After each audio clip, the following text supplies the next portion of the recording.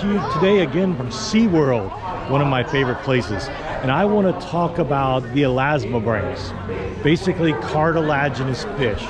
When we mention cartilage, we think of things like our ears and our noses, not bone, not hard, but soft. And we also think of sharks as being cartilaginous, but also skates and rays. So here at the Stingray Lagoon, we can actually get up close and personal to some of these members of this group. And I want to go check out some cow nose rays. Cow nose rays are really neat. They swim along the bottom and they look for shrimp, they look for crustaceans, mollusks in the sediment. They then pull out of the sediment, crush their shells up in their mouth in these two big plates. I'll show you those in a second, and then eat them. So let's go over here and let's check some out.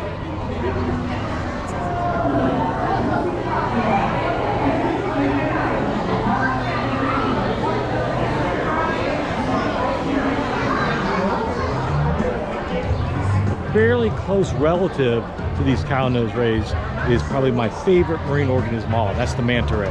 Manta rays can get massive. They can have wingspans of over 30 feet, and they feed on some of the smallest organisms in the ocean, plankton. So they're fascinating, they're majestic, they're amazing. So what I want to try now is I'm going to take the camera, see if I could submerge it in the water and get some really close-up videos of some of these cow nose rays. We'll see how much I can get done.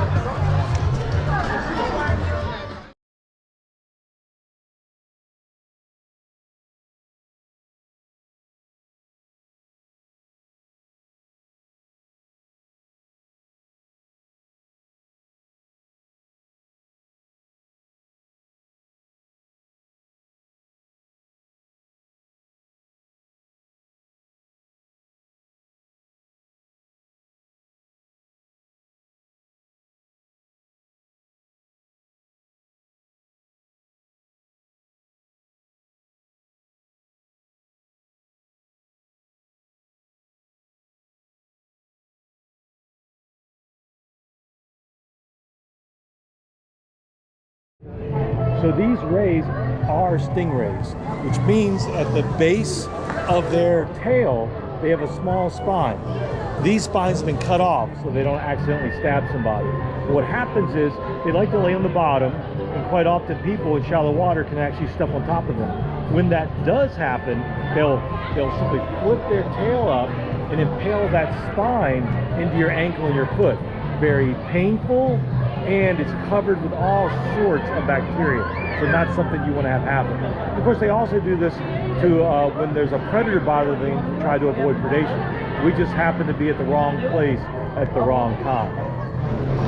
I'm going to quickly take you to my classroom so I can show you a replica jaw of a spotted eagle ray, which is very similar to the jaws of these cow nose rays. So here we go. All right, now we're in my classroom, and this is where I want to show you how the stingrays feed. Now, I need to get some food for the stingray, so I actually have some clams. One of their favorite foods are clams, so check it out right here. So we got a little clam here, mercenaria, and I'm going to pull out the jaws, but first I'm going to use a model for this demonstration. I'm using the spotted eagle ray, one of my favorite marine organisms next to the manta ray. Spotted eagle ray is really cool because from Finding Nemo, that's Mr. Ray. So right here, next to me here, is my trusty spotted eagle ray, Mr. Ray.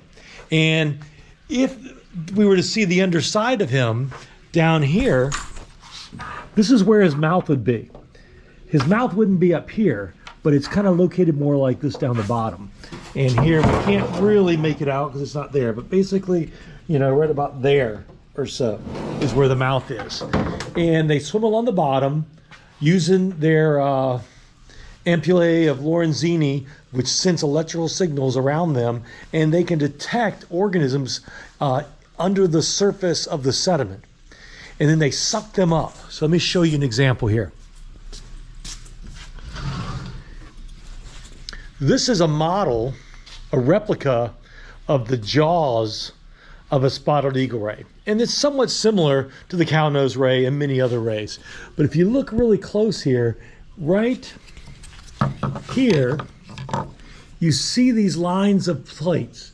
These are modified teeth of the stingray, and instead of being sharp and jagged like our teeth might be, or a shark's teeth might be, they're kind of flat and lined up.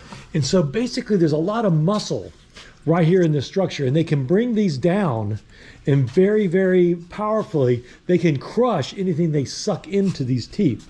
So if I had my little clam here, and this was the forward part of the mouth, and if it was a suck up a clam right here, like this one here, it can then lower the jaws together and crush the shell, and then they can suck out the flesh and spit out the broken pieces of shell.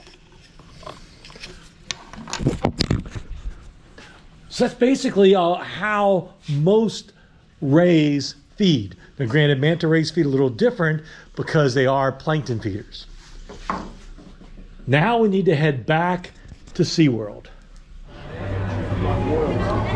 And now a little more on the cow-nose ray. Here at SeaWorld, you learned a little bit about the cow-nose ray, cartilaginous fish. Thanks for watching.